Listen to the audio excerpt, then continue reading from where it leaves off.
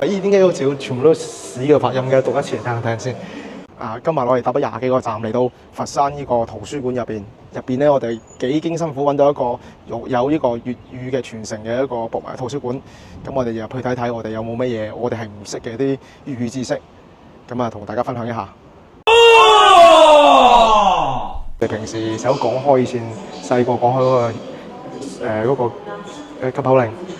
入實近緊急掣各個國家有各個國家嘅國歌，掘金掘雞吉，掘金掘金吉，掘雞掘骨，掘雞骨骨，掘完雞骨掘金吉，掘完骨雞龜骨掘雞骨床腳床長腳，床腳就床腳，你話床腳得唔得？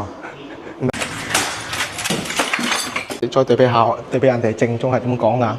掘金掘吉掘金吉，掘雞掘骨掘龜骨，掘完雞骨掘金吉，掘完龜骨掘雞骨。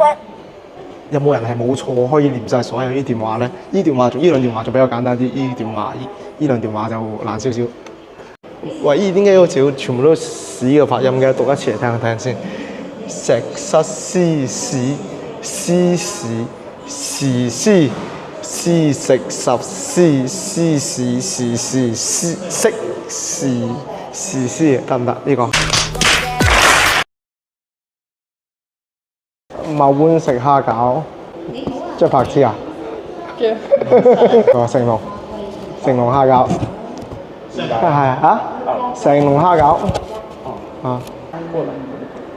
大明女小明，你好啊！